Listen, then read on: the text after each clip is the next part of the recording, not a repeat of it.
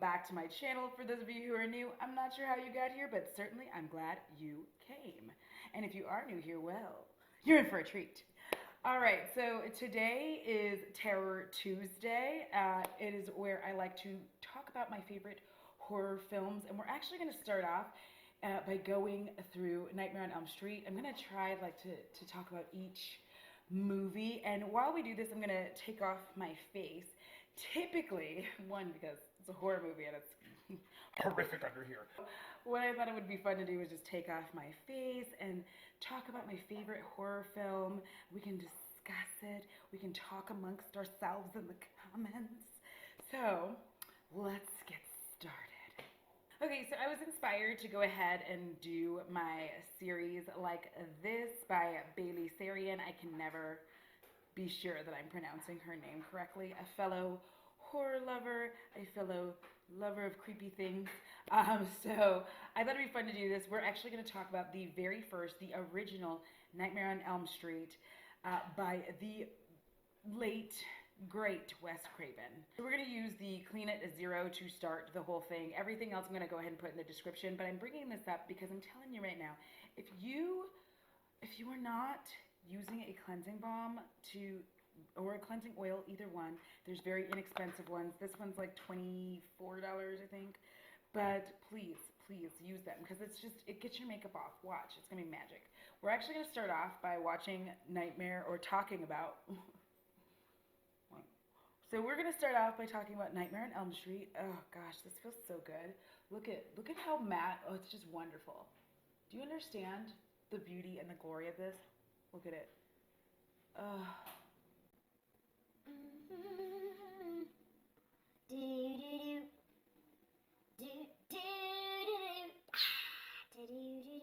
This is especially, see, look at that.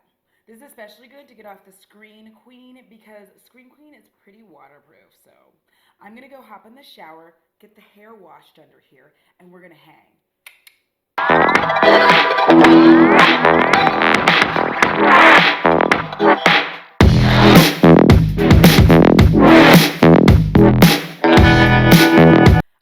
I'm freshly washed and toned. My face is shaved, and I'm ready to mask. Okay, so Nightmare on Elm Street is one of the best horror films of all time. Don't care what you say. The original Nightmare on Elm Street is honestly one of the best horror films of all time. It was actually met with quite a lot of praise, which for a horror film is like, baby, that is unheard of.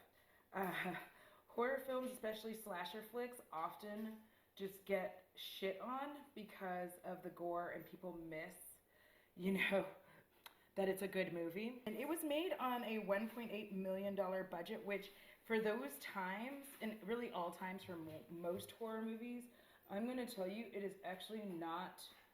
A large majority of horror films are made on what in movie world would be considered a shoestring budget. So that was not a lot of money, even then. To give a reference, Saw, I believe, was made for $1.2 million, and look where that ended up. Now, Wes Craven came up with the idea for this movie because he had read in the paper that a lot of these Southeast Asian refugees, oh, it's right in my nostril, had been just dying in their sleep. And it was a phenomenon at the time called Asian death syndrome. And so he just constructed this premise of what happens in your sleep. Like, I don't know if anybody's ever had sleep paralysis before, but there's another movie about that too, and it's kind of creepy. There's a few movies about sleep paralysis that are hella creepy. And anyhow, so basically the idea that what happens when you are asleep, like if you die in your sleep, you die in real life, was created there. You know what I mean? Like, if you know how they say, like, if you're falling in your dreams and then you wake up and you fall off the bed, like that, it was kind of that same premise. Now, because of when this came out, which let me just check this because I always like mess it up because I remember that it was like close to like when I was young. 1984 is when this was released. And you have to keep in mind that this was a time where they were starting to actually use, like, we go through phases of this, especially in the horror genre, of using actual young people to portray teenagers. And this time they did. He used the now famous for being Nancy, Heather Langenkamp, and Johnny Depp.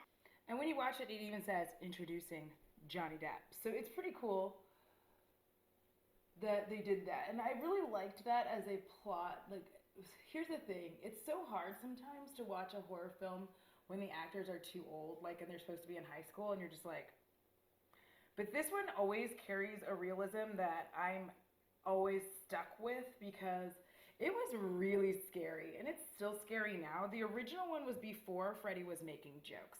I'm gonna go clean my brush right quick, and we'll be right back. And this was also Robert Englund's, like, this is his opus. Like, this is his role that he will forever be known for. I think most famous, infamous, however you want to put it. So now we're gonna get into the plot of the movie, now that we have time to sit and look at things. The movie takes place in Springwood, Ohio, and Tina is awakened from a nightmare. She has a horrible dream, and she wakes up and she's like, and she's been having nightmares for a while. So Tina wants her friends to keep her company and stay over at her house, and her friends include Rod, Nancy, and Glenn. And she wants them all to come over, and they're all gonna like hang out. You know, Rod is her boyfriend. He's a little off around the edges, so she's like, yes, okay. So everybody goes over, and they're all gonna stay the night because she was talking about like having a bad dream while they're there. And then they all kind of start to realize, like, Nancy realizes with Tina that she's also having the same dream of the man with knives for fingers. And they're all kind of like, ugh, and they're like, let's not talk about it. There is a bit of funny business in there where I think it's Glenn is trying to call and tell his parents that he's doing something. He's like over at his friend's house. I can never remember. But the thing that's funny about it is he's playing like a tape of stuff in the background, and then it like transitions over to something that shouldn't make sense, like planes shooting and like stuff like that. So he's just like, no, mom, look, and they're trying to like have background noise for his alibi. It's on this boombox. It's a cassette. It's awesome. So that actually does make me laugh because it's a funny break in the film. Sorry, Bo needed his TREATS. All right. So they're all staying the night, and Tina, of course, is staying in the bed with Rod, and she begins to have a nightmare. Now, this is like no ordinary nightmare. She's walking through like the boiler room and like the school, and she's seeing all kinds of creepy stuff. And then Rod is laying next to her in bed as things start to get a little, and then she just kind of starts flying around the room, and things like she's getting cut open, and he's like, oh my fucking god, he's like freaking out about it. And then it's just like, she's dead, you know. And he's like, oh, I gotta get the fuck out of here because I'm Rod, I'm the bad boy. So he like gets the hell out of the house, and of course everything gets a little when he does that. I can never remember if the alarm goes off. Let me just double check because I always feel like the alarm. Here's the problem. The reason I have to double check is because I have watched both the original Nightmare and the reimagining, and so now the two kind of like sugar together. I don't think that the alarm goes off in this version. It does in the reimagining. But Nancy and Glenn do find him, and he's like running from the scene, and everybody's like, oh my gosh, Rod killed her. And they arrest Rod the next day. But not before he's like telling Nancy, like, I didn't do this. And she's like, I believe you. So then Nancy has a nightmare while she's in class. It's a very, very scary. She runs into none other than Fred Krueger. But she doesn't know he's Fred Krueger yet. She just knows that he's a very scary, burnt man with fingernails for knives, or knives for fingernails. There we go. I like to switch the words around. Anyhow, and when she wakes up though, like she got scared and she was like, ugh, and like burns her arm on something while in the dream in the boiler room, and then she wakes up and the burn is still on her arm. So she's like, oh my God, it is true. We can die in our dreams. So she goes to tell Rod, and she's like, Rod, I fucking believe you. Like, she wants to tell him, but they won't let her see him. And there's also the very infamous scene that everybody knows about where Nancy's like laying down in the tub. She's just like being like relaxed and peaceful, and then you see like the knives come up like this between her legs, and you're like, shh. And then her mom goes, tick, tick. Her mom's like, and then his like knives go, and then she's like, yeah, naughty. So there is that. And like that's one of the cool scenes in the movie because it's kind of sexual. Because like Nancy and Freddy kind of have this like, we're not gonna talk about it. Anywho, they won't let her see Rod, and meanwhile, Rod starts having dreams. And I don't know exactly what happens in the dream, but he does wake, like he's found in prison, you know, hanging, and it's horrific, and everybody's like, oh my God, he killed himself, and she's like, he didn't kill himself. So Nancy goes to see Glenn, because she's like, Glenn's fine, and she's like, listen, I need you to, like, I think he comes over and he scares her. That's what it is. He comes over and she's like, oh, Glenn, you scared me. Anyway, since you're here, I need you to do me a favor. When I do such, and like, she was trying to prove something in her dream. She was trying to grab something. And so she was like, listen, I need you to do me a favor. And when I start thrashing around or something, wake me up. So stay awake. And he's like, all right, I'll do it, you know? So she's having a dream, and of course, it's a nightmare. It's horrific. I'm talking about Nightmare on Elm Street, and like creepy shit's happening. It's the dog bowl. He needs water.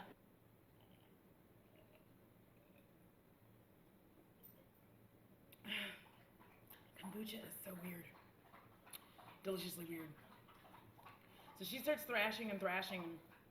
Of course, Glenn fell asleep, and then she has to wake up on her own, and she's pissed off. She's like, Glenn, what the fuck? And he's like, bitch, I'm sorry. She's like, sorry, it's not good enough. And he's like, ooh. So then he, you know, leaves. And meanwhile, Nancy's been trying to tell her mom and her dad that, like, Rod is not a murderer, and there's a dude out there, and he's trying to kill everybody. And they're just like, whatever. Her mom is like super drunk all the time. She's just like, whatever, Nancy. And the dad does not seem to mind that his wife is just constantly smashed, but whatever.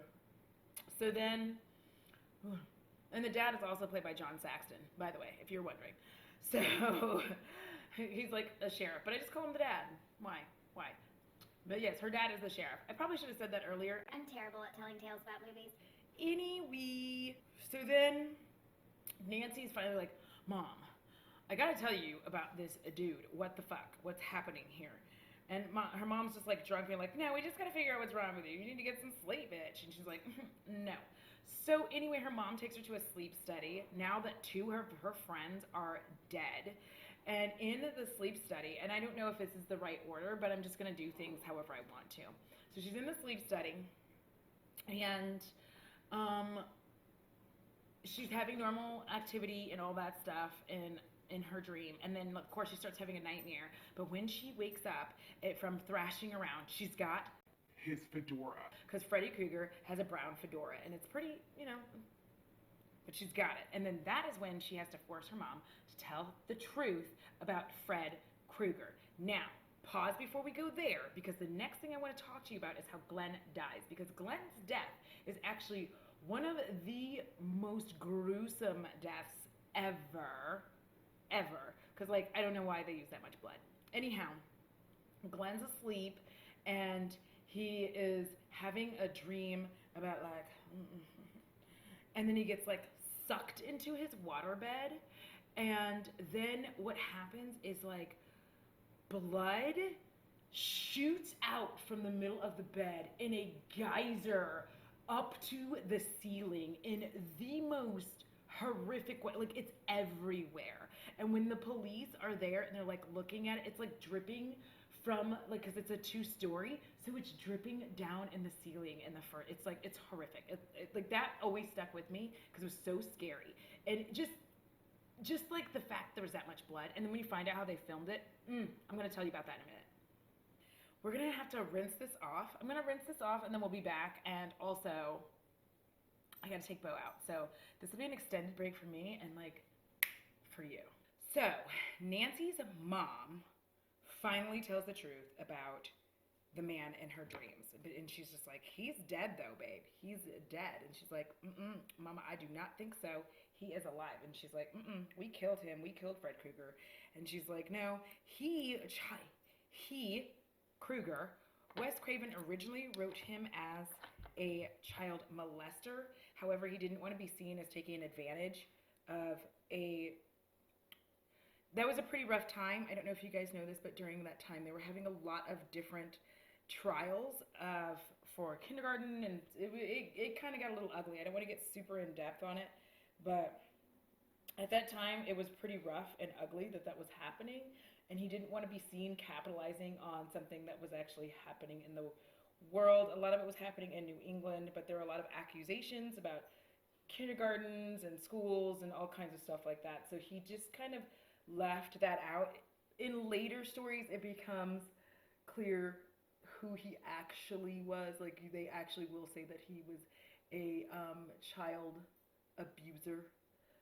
Because I don't want to get in trouble. I don't want to get flagged. But so she's like, no, he's dead. And the daughter's like, mama, he is not dead. And anyhow, Nancy has had her fill of Mr. Fred Krueger. She has had enough. She has had enough. So what does Nancy do? She booby traps the house. She is prepped. She sets an alarm, does all this stuff. She has this huge standoff with Freddy Krueger in which he pretends like, well, yeah, he does pretend to be her mom, and he takes her mom, and then basically Nancy kills him with the "you have no power over me" deal, and then he dies, like he's gone. And then she's won. What the hell do I have on myself? Anyway, and then she wins, and everything is fine. Like, it's over. It's gone. And then also when she gets up, because she told him, she was like, I want my friends back, and I want this. So she gets everything back. She wakes up. It's a beautiful, oh, bitch, no, you are not. Do you see this zit trying to show up on my face? Bitch, you better get the fuck back. Wow, that is really upsetting. You know what else is upsetting? All these extra hairs I didn't get. Face vibrator, face vibrator, face vibrator. So anyhow, it's all over. Nancy has destroyed Freddy. She's taking off with her friends, and she's just like, "Bye, Mom." And then as she's like, "Bye, Mom," and her mom's standing on the porch like, "I'm not gonna drink anymore, dude. Like, I feel good." Freddy comes through, grabs her mom through like this little bitty window, which now you can definitely tell it's fake, but it was still, at the time, very creepy. Just snatches her through back into the house's window, and she's like, "Mom, no!" And like it was a convertible they're in, and it covers up, and it's like Freddy Krueger's sweater. And that is how it ends. So, what did you think of the movie, guys?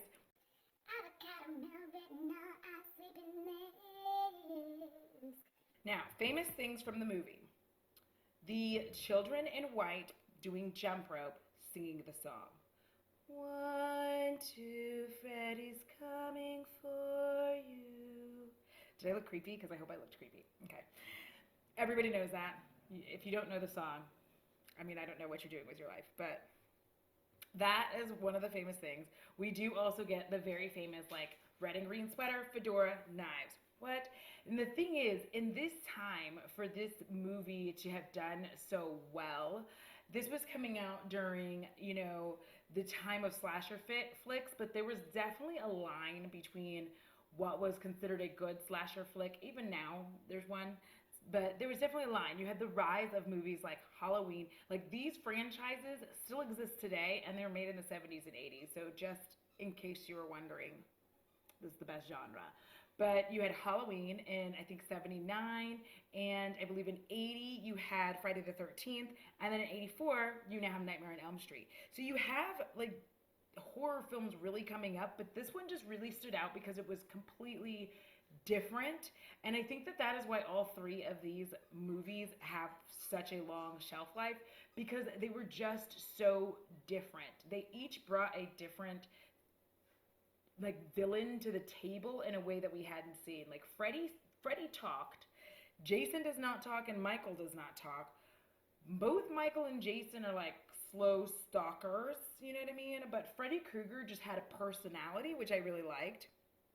And this was made by New Line Cinema, by the way, this movie. And that was, New Line Cinema became very well known for horror films for a very long time. I also feel like they were involved with I Know What You Did Last Summer, but we'll come back to that. Then for the makeup for Freddy Krueger, so it was based on burn victims. They wanted, definitely, obviously, because he had a burnt face.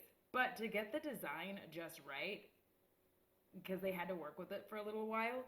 The makeup artist who's, let me see, it was David Miller. Sorry. I have to keep like referring back to my notes sometimes.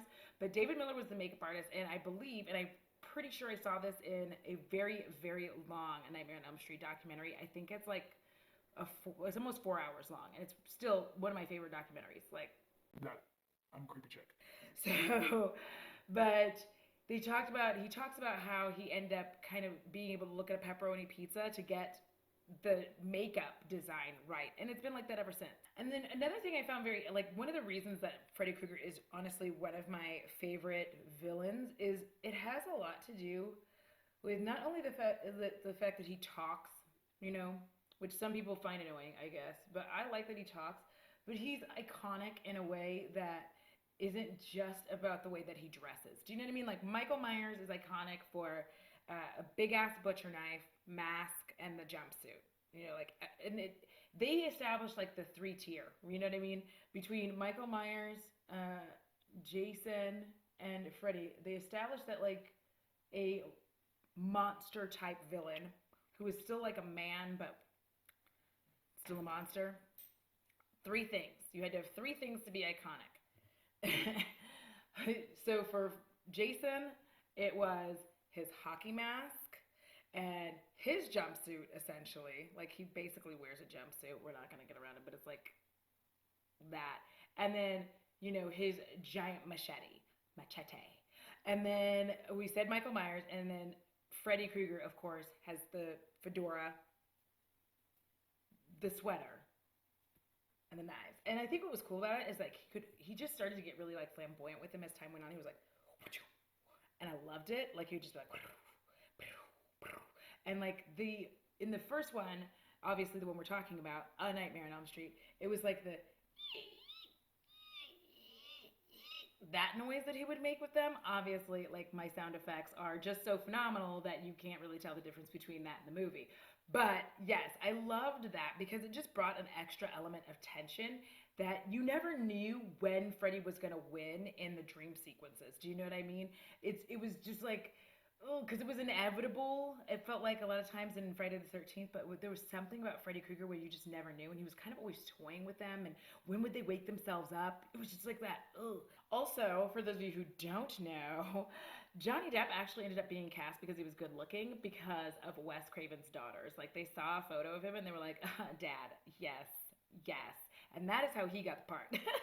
He was a very young, unknown actor at the time. And so originally, Glenn was supposed to be your typical 80s jock with like blonde hair and all of that. And then in came Johnny Depp, and he ended up, you know, taking the world by storm. And then our next fun fact is that over 500 gallons of fake blood was used in the production of this movie. 500 gallons, guys. That is a lot of fake blood. So for the bedroom scene with the blood coming out of the bed, they inverted the set and attached a camera so that it looked like the room was upside down. So the room looked right side up. So they inverted the set, attached a camera, and made the room look like it was right side up, but really it was the opposite way. So in this sequence, instead of using as much fake blood, they used dyed water because the blood wouldn't look like a geyser, okay? So the blood wouldn't look like a geyser, so they had to use red water. For the bathtub scene where Nancy is attacked by Freddy Krueger, they used a special bottomless tub, and that is how you were able to do it, because it looks like a regular tub, right? It doesn't even make sense even from the angle, like where was he in the water to make this thing happen? Fascinating. Okay, sorry. And then they used some pretty high-tech special effects back then because they used some really cool camera effects to make it look like Freddy Krueger goes through the bars and kills Rod. And I really can't get into it in depth because I don't want to sound like an idiot because I'm not a special effects person, but it was amazing because at that time for that kind of stuff to be going down was like, oh, bitch. And plus, this wasn't the shocker. The shocker was terrible. Oh my God, he just farted. Now, before we actually sing the whole iconic creepy song before we leave, I did want to talk about the song because that is another thing that makes a horror film iconic is the score, right? And so the do, do, do, like that, because the song, if you hear the song, you know what's up. You know that it's going to be A Nightmare on Elm Street. So the score really made the difference there. And then, of course, we have the song. So we're just going to sing it. Listen, I did a little bit of it. Hopefully, I'm not going to get in trouble. I'm not going to sing it. I'm just going to say it. And then that way we don't get in trouble. There we go. So the song goes 1, 2, Freddy's coming for you. 3, 4, better lock your door. 5, 6, grab a crucifix. 7, 8, stay up late. 9, 10. Never sleep again. It's time to moisturize. All right, my friends, so that is A Nightmare on Elm Street. It spawned 8 sequels. It's still going strong. It's really never going to go away. I'm really looking forward to whenever they reimagine it again because it's going to happen. It just is. All right, so I hope you guys enjoyed this. Every Tuesday, we're going to be doing this. I'm going to try to have like themed days because it just makes it a little bit easier. And then that way, if there are things that you like, you can only watch on that day. I'd like it if you watched every, but I understand. So then that way we can just kind of have fun. Don't forget, I will be live on Saturday. And we will be, I haven't figured out what we're going to talk about yet, but if you guys want to talk about something in particular, leave that below. And until next time, I hope you guys have a wonderful day. If you have not already, please consider subscribing to my channel. Like this video on your way out. Please be safe. Please be careful. I mean, obviously, we've got to wash our hands. I guess I got to keep telling people to do that. I don't know why I have to tell you. You guys are smart, though. I don't have to tell you that. I know you're already washing your hands. How am I going to tell you guys that? I know you are. All right, guys, thank you so much. I love you. Have a wonderful, wonderful day. And until next time, deuces!